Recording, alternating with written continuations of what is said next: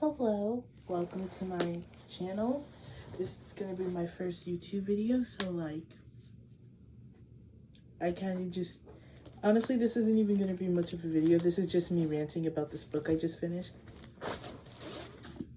Whoever told me this book is good is a liar. Know that. Everyone on BookTube, Book Talk who told me this book was good and good is a liar who was trying to score diversity points. I'm convinced. This is so bad. I had to fight my way to finish it. I actually annotated it. And I annotated it because I hated it. And I wanted to have proof of the reasons why I hated it. Because I usually only annotate books that I really love or just have really great points that I just 100% think, oh my gosh, top tier, 10 out of 10. This writer should win some sort of major award for this, like a Pulitzer. The award for good books. Y'all know what I'm talking about. This book, on the other hand, it's bad. It's bad. I tried so hard to make myself like it. I wanted to like it. Come on, POC lesbians. Who doesn't want that? I wanted to like it so bad. But it was so... This was terrible. It was an awful experience. I will never read this book again. It's probably going to go onto my shelf and then be forgotten about. Yeah, maybe I'll donate it or something. I know I can't really return it because I bought it a while ago. And yeah, Barnes & Noble's, that sale really got me, but...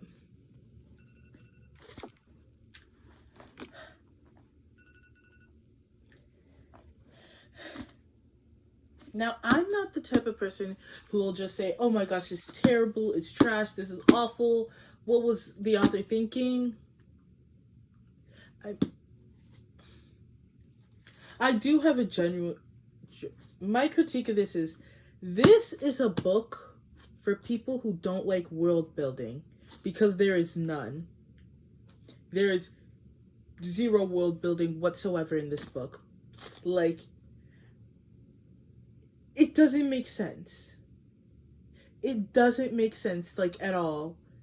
To the point where it's kind of infuriating. I pretty much forced myself. This almost put me back into a reading slump. It really did. But I was like, I'm not gonna, it's the principle of the scene. Once I start a book, I have to finish it. Even if I hate it, I just have to, yeah. Now, here's one of my largest issues. Everything that's on the back, that's in the little plot synopsis, all of that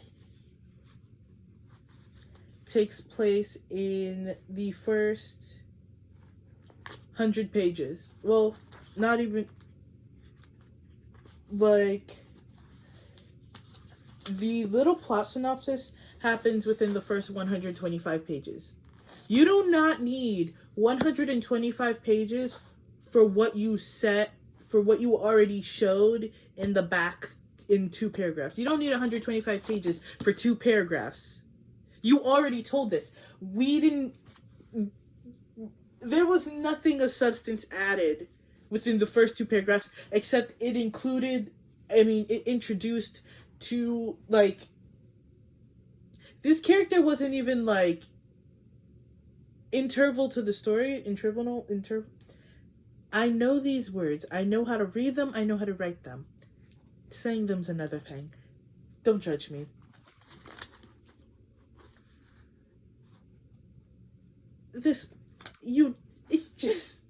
It got so mad. And I was so mad realizing I was reading what I already read on the back.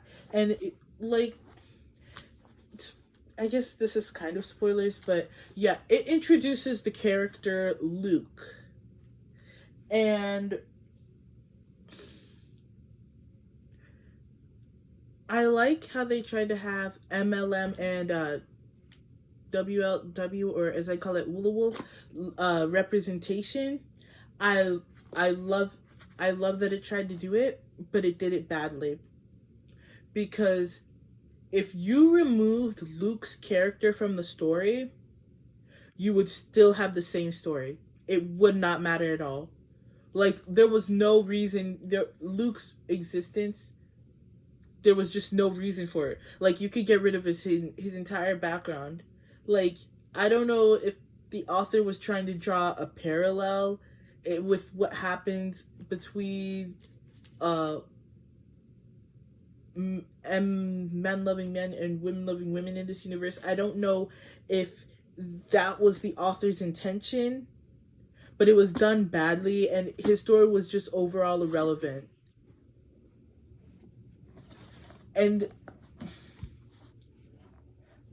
just my other critique of this is, I wanted this, like I said before, I wanted this book to be good so bad. It could have been good so bad, but I think it would have been better if it went for a dystopian, maybe even, I know this is going to be a bit confusing, but sci-fi, science fiction, or is it dystopian? My genres get blurred when you read a lot. It could have been better because there's so many fantasy elements and just things that are historically inaccurate. Like, that's the thing about realistic fiction. The author is trying to tackle a very real issue in a fictional setting, and they are doing it without trying to make it like, oh gosh. Okay, so I guess I am going to just like summarize it. Like, the story starts. Well, the entire exposition of the story is pretty much in 2 paragraphs on the back. She goes to the ball, she flees, nothing important happens there, really, because like I mentioned, like, Luke's character, spoilers by the way, he gets arrested or taken as forfeit, but there was nothing like important from that event. Like, there was just no reason for it, really. Like I said, the author is trying to tackle a very real issue. It is trying to compare homophobia and just pretty much homophobia and like having to hide who you really are, like, is a secret because of an oppressive regime. That's why I say it could have been a dystopian.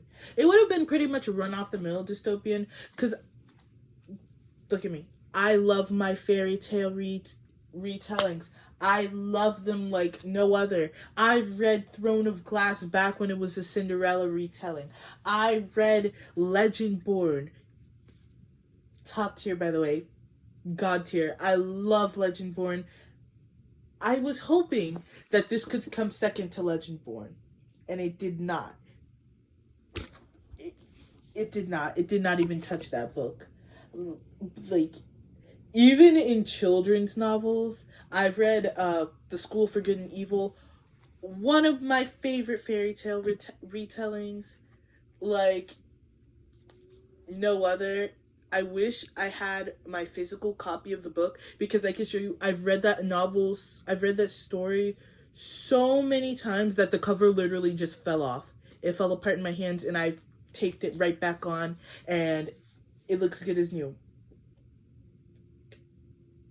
I love those books so much. And they all handle the fairy tale retelling differently, and they all do it phenomenally. Even though, like, some of the, you know who I'm talking about. Even though I've kind of like dropped the series, I did not finish the entire Throne of Glass series. I stopped at Empire Storms, didn't even read that one. that story just got horny. That's pretty much all I can say. It stopped being about Selena slash Aylin's like character growth and started being about a self-insert smut fic about one girl, six superhuman, what is it, Superman, one is royalty, who isn't even considered. Let's even talk. We're not talking about that book. I could go on a rant about those books. I love those books with all my heart. I read those books like no other. I finished the 800-page Queen of Shadows in one day and a night. I love those books. And then it killed. And then I had to stop. But back to this one. I know I said it like 3 or 4 times. I lose track of what I'm saying a lot. But here is where I have like the most critique. Because of the severe lack of world building, I don't know if the author is trying to keep the fairy tale element or make it real. I just feel like the author is trying too hard to make it real. Is completely foregoing the fairy tale element, the magic element. Like every single plot twist or like prediction that I'd say every major plot point or like plot twist or subversion of expectations, every single one of that happens, I could have predicted myself. I could have predicted all of it myself. Everything that happens in this novel, I could have known myself. I could have like guessed this would happen. It was bad, but I never explained. Here's my biggest problem. Who is painting these portraits? Because in the novel, it's like every household gets a portrait of the new king at his coronation or after his coronation. Who is painting these portraits? Or even, let me look. I have notes in the book. Where is?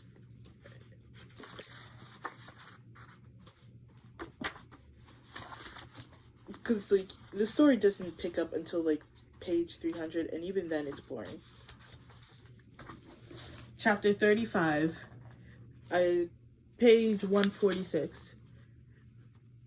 It says, on the wall next to her bed hangs a small painting no larger than the cover of a book. Who painted it? Who painted it?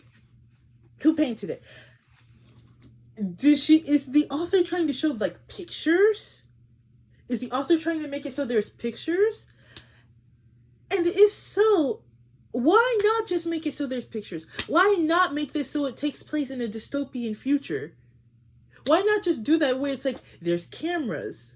The author could have gone for a whole kind of The Giver thing, where it's like, your whole life is decided for you, but it's like, it's not, it would have been cool to see it if it was like that. Like, it would have been cool to see it if it was like Cinder. Like, I love Cinder. One of the first book series I've ever fully read, yeah, it was Cinder by Marissa Mayer. I love those books with all my heart. I treasure it. I treasure Cinder. I love them so much. This is not Cinder. And I know it's trying to be its own thing.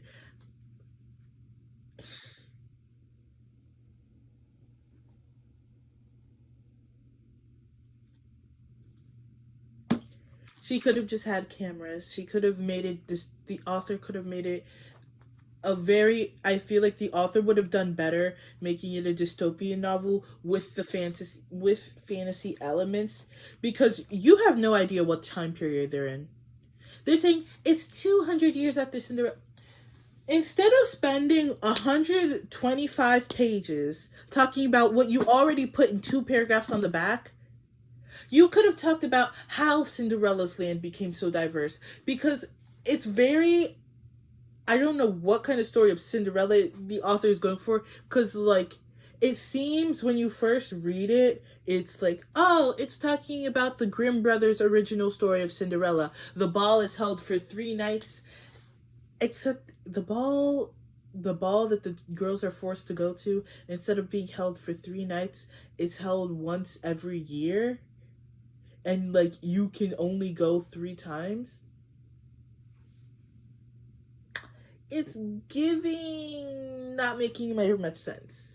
It's giving not accurate to the story.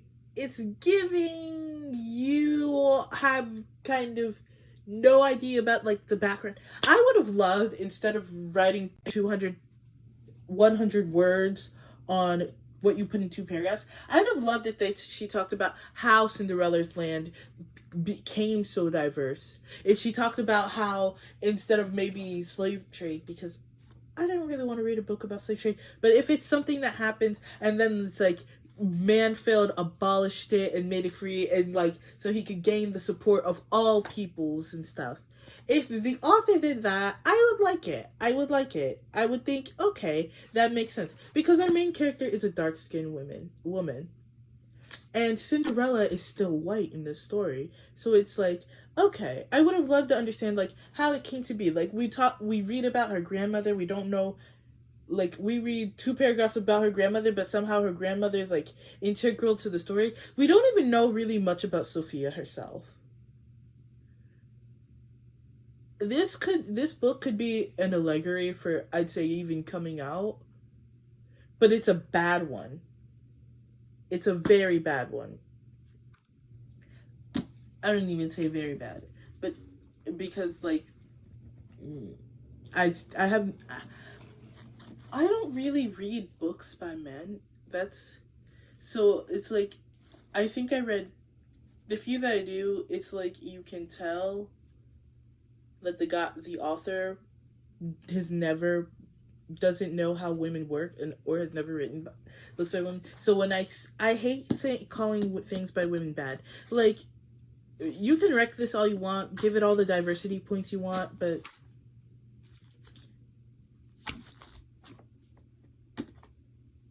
it's not good. It's not. And like I mentioned before, it's very obvious the author is going for is talking about, oh, the Grimm brothers, they're the original ones who, like, that's the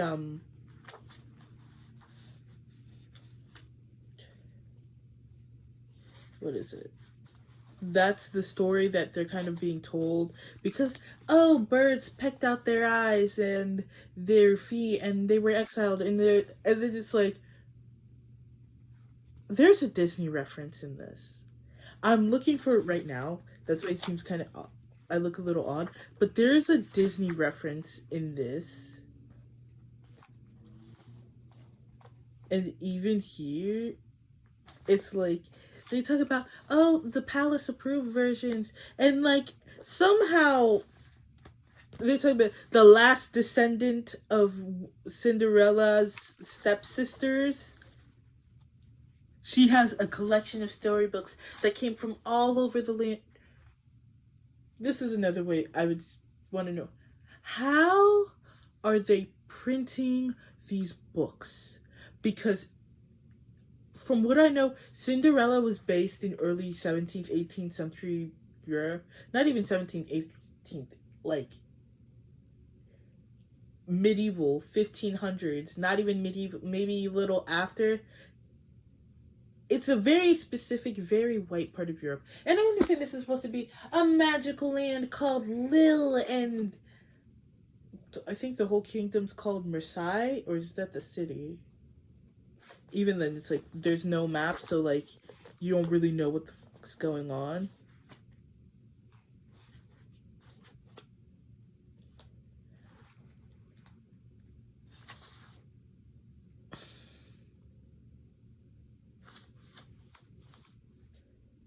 You, throughout the story, have no idea what's going on.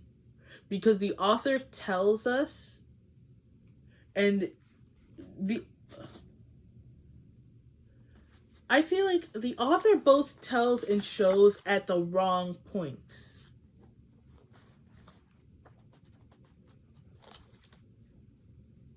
Like,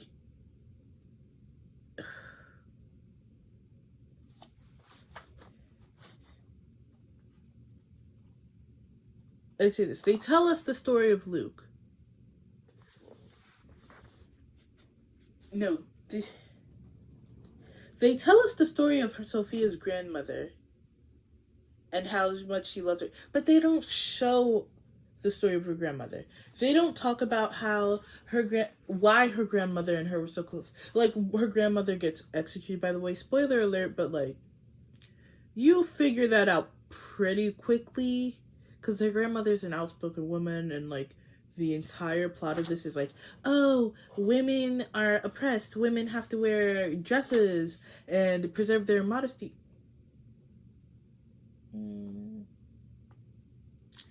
I don't know why, but the whole, like, you're forced to do this, you were forced to wear gowns at your feet, you can't wear pants to preserve your modesty.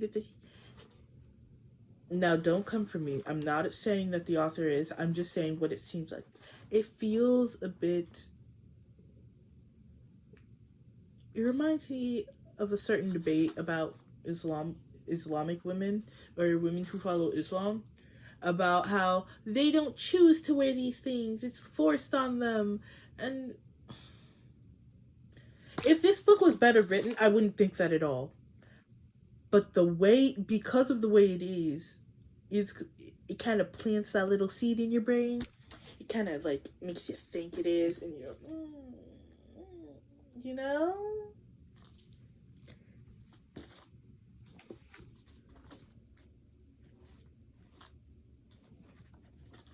Yeah.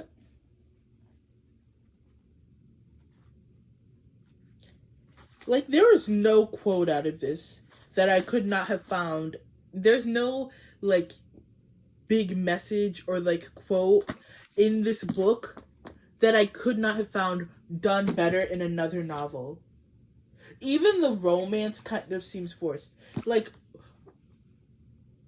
I said earlier, how it could be an allegory for coming out. Like, Sophia wants to be out and proud and wants to be, like, run free for the hills and, like, save all the people and all the women and all the girls, and, like, who cares about the consequences?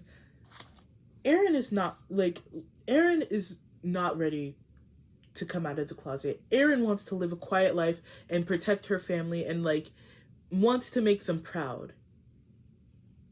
She wants to do all of these things. There's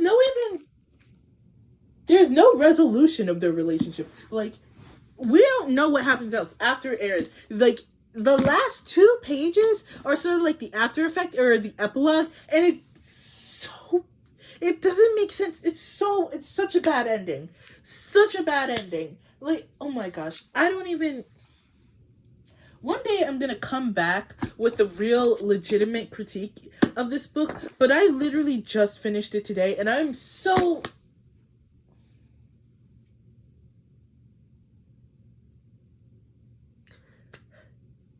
The author should have just made it a dystopian.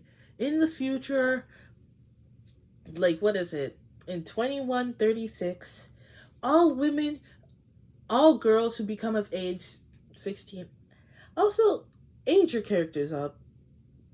Just because they're 18 doesn't mean it has to be an adult. They have to have smexy. Age your characters up. A 16-year-old girl is not going to be doing all this. I'll tell you that.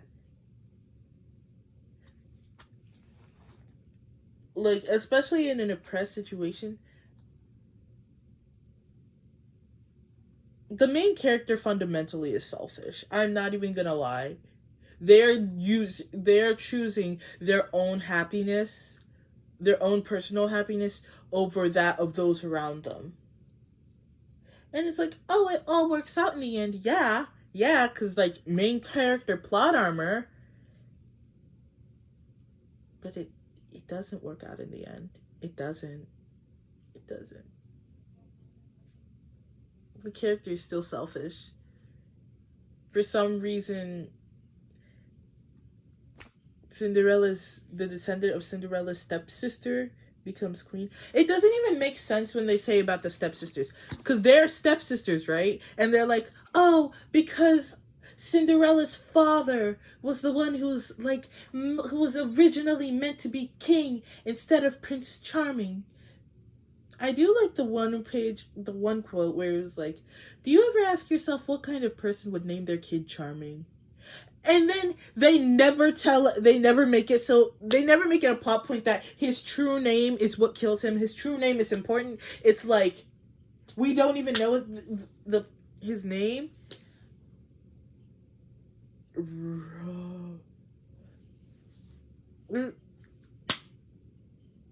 Would have been better had he been like a demon or something. Instead of them trying to, like, if the king had just been evil and possessed by a demon, that would have been better than him trying to make it, oh, he feels entitled to Cinderella's love, and that's why he keeps enduring this stuff. Like, first off, yeah, he was evil before that. You could even say that, oh, if you make her love me, I'll change. And then he didn't. And, like, because this man killed her parents.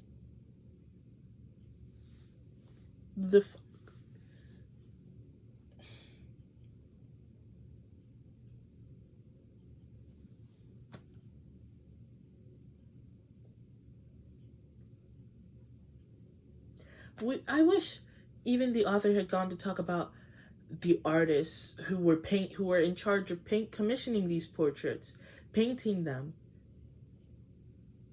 Why are the people so poor? Like, they're like, oh, people just generally ignore the poor. That was a very cheap cop-out on the author's part. A very cheap cop-out. Especially with how they said with Liv's parents and knowing how they were struggling. And especially how it's like, it's kind of implied that the main character is very beautiful. I'm putting very beautiful in quotes, but like, prefers no makeup, is not like the other girls who just go into their fates, even though the other girls are terrified for their lives. But they're not like the other girls. They're not selfish. They're afraid, yes. None of them want to be there. They are full of fear. But they are doing it because they know that there are bigger things than themselves. Also, the whole seamstress plot was stupid. Very stupid. Like, I'm glad she didn't have to suffer like the other people, which is also a major spoiler that I'm not even going to bother going over. Because, like I said, would have been better if he was just a demon, you know? Mm-hmm.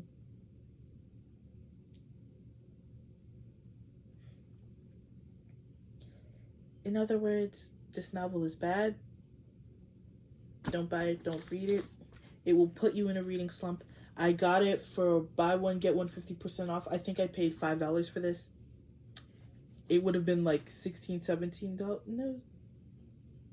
It would have been $11 if I paid full price. It's a $5 book. It is. I really wanted to like it. And I even read the little excerpt and I'm like, okay, maybe this was just a bad one. I cannot force myself to like an author. And I cannot... I'm sorry. I don't even know why I'm apologizing. I'm entitled to my opinion. I have that right. But this book was bad. It was very bad. If you want something that's good, even though it's not women loving women, Legendborn. Like I said, God tier, 10 out of 10. The School for Good and Evil. Yes, it's a children's book, but this is also a children's book. It's only marked as YA because of because of romances. Also, there was like a fade to black scene in an old lady's cabin, in an old witch's cabin, where you know, like, she has spells and stuff that could be watching you at all time. Make it make sense. Have some common sense. Make it add up. Use your brain here, you know. Also, the author the main character kept making stupid decisions. Erin told you several times to leave her alone. Why on the day before you were about to break the biggest law in the land? Why are you going back to her? She don't care about you. She's trying to do what's good for her.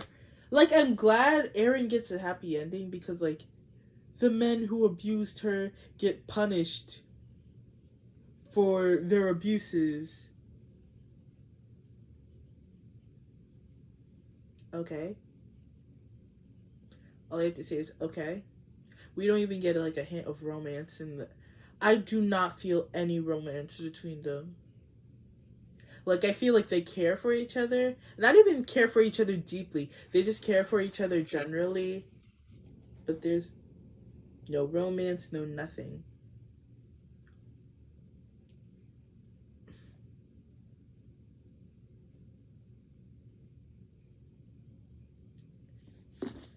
I just say, if you, I could even recommend this to a 10 or 12-year-old. I was reading A Court of Thorns and Roses at 10 to 12, so like, I can say this. I know what's like wildly inappropriate for to recommend to children, and like pretty much in the safe zone.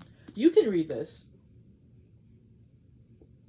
12, 13, you can read this. Legally, you can't to say because of inappropriate content. There's nothing. Like, unless maybe for gore, because like flesh starts rotting and stuff, because like the king starts rapidly aging and shit. But like, you can read this book. Legend board, top tier. It didn't even have a fade to black scene.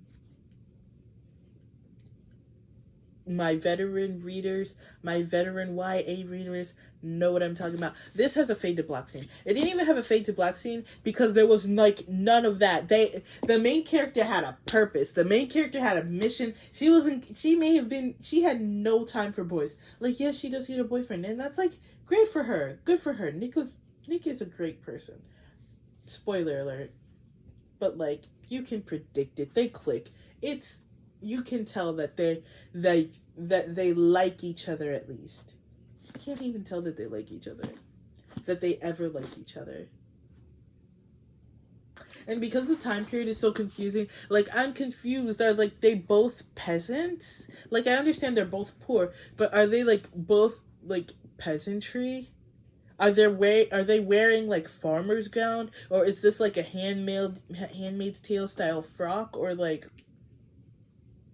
I mean, by the dress on the cover, it's clear they have like ball gowns and stuff. This is also historically inaccurate because of how they're living, how they describe that they're living, and that the way that this dress is stylized on the front, it's not adding up. Historically, it's not adding up. You cannot base a book in fairy tales without adding some realness into it, and then also try to tackle a very real issue that's also affecting people in the real world.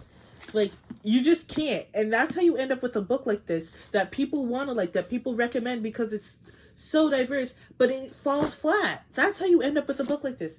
And I have no issues with the author. I've never read, this is the first of their works. I hope they improve in the future. That's all I can say. I hope they improve. Because I also read the excerpt from This Poison Heart, and safe to say, the cover almost got me. The cover drew me into, almost got me to buy the novel when I saw it on the shelf. And so did the synopsis, but it was just, I feel like it's the same thing where it's like the first 100 or so pages are just the plot synopsis that's on the back or inside the cover. I will be skipping that book, and I will probably be donating this one. I really did want to like it. I really wanted a very cool fairy tale story that's like different. But for this to be good, I think it would first have to either be a series or this is a standalone. You have to add like 200 more pages. Max. And this had the bonus chapter with Constance. There was just nothing there. It added nothing to the story. Her perspective gave nothing to the story. The story was just fell flat, you know? Now, don't attack me if this is your favorite book. I'm not judging. Okay, I am judging a little bit, a little bit, but everyone likes different things. And if you don't like world building or having like magic systems that make sense, or having prices that don't really like, there's a price to all magic, and then the price doesn't really do anything. It doesn't really matter. Go ahead. I really do wish they told us how the kingdom of Lil came to be so diverse. Because from what I read, Cinderella is still white. And her family is still white. And redhead with curls, I think she's supposed to read as biracial. But I read her as kind of white.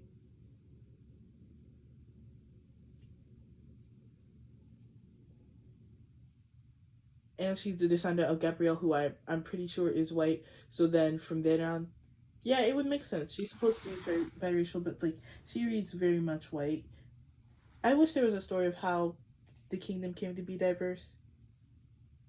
Cause Amina, spoilers alert by the way, the fairy godmother, aka she's not a fairy godmother. They could have just made her a fairy. They could have made her one of the fae. They could have done that. That would have been better. She's like, I'm not a fairy.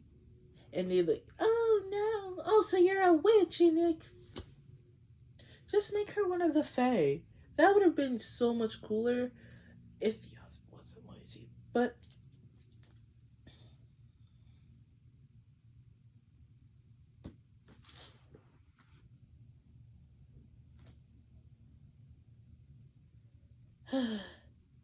I don't want my first YouTube video to be too long, so I'm just gonna stop it here. But like I said, in the future, I'm definitely gonna do a more detailed critique of this. I should write down everything I disliked about the book and gather my thoughts, because I literally just finished this like before the video started, and maybe 20 minutes because I didn't let myself pee or drink water. You know, you know how you have to have a reason to keep going, you know. I say you know a lot, dang.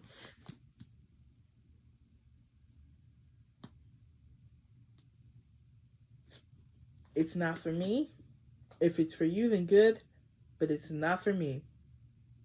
And the people who recommended it are liars, and I hope you stub your toe gets infected, and you have to get it removed.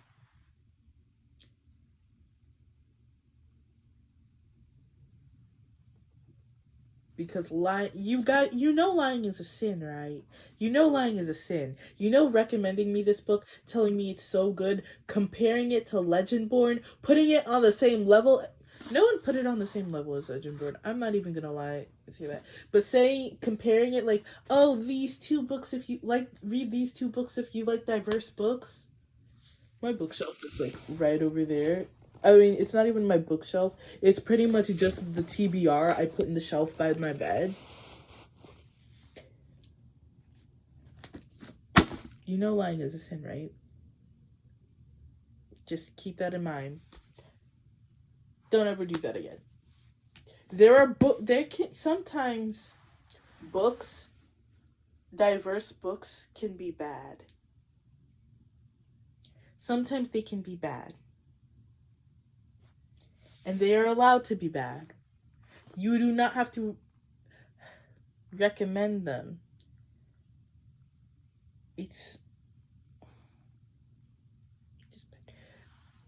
But after that, because I don't learn my lesson, I'm going to read another book that's been recommended to me several times.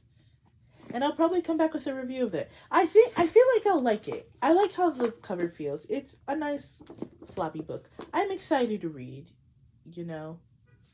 But this one, if it's anything like this one, count your days, Book Talk and BookTube. Count your freaking days. Okay. Bye. Feel free to like and subscribe, you know. We can do a little chit-chat, us pals. Yeah, you know what? Bye. Bye.